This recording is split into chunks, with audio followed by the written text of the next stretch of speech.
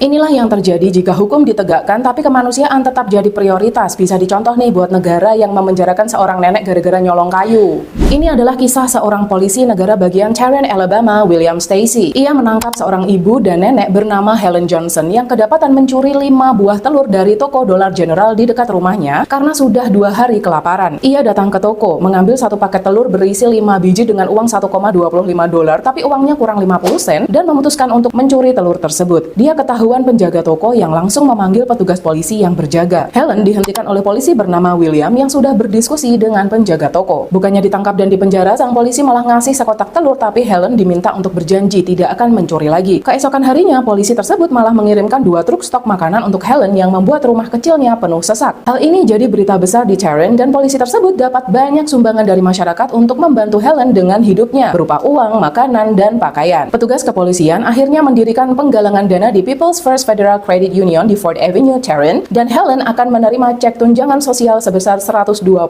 per bulannya. Hal ini sangat kontras dengan yang terjadi di negara Indonesia yang terkenal ramah manusianya, malah memenjarakan nenek Asyani gara-gara mencuri kayu. Pada 2015, nenek Asyani dari Situbondo, Jawa Timur, divonis bersalah karena mencuri kayu jati. Pengadilan Negeri Situbondo menjatuhkan hukuman 1 tahun penjara dengan masa percobaan 1 tahun 3 bulan, serta denda 500 juta subsidi 1 hari kurungan. Kasus ini menjadi sorotan nasional karena hukuman yang dijatuhkan dianggap tidak proporsional dengan nilai kayu yang dicuri, yaitu sekitar 50.000. Sedangkan tersangka korupsi Budi Silvana dihukum hanya 4 tahun penjara dan denda 100 juta subsidi 2 bulan kurungan, padahal korupsi APD COVID-19 merugikan negara 319 miliar. Emang ya, negara kalau mentalnya miskin bukan cuma masyarakatnya, aparat sampai pejabatnya juga mental miskin. Masyarakatnya gampang disuap tiap serangan fajar, pejabatnya pun lebih parah. Kayak gini kok mimpi bebas korupsi, tidurnya kelamaan bos.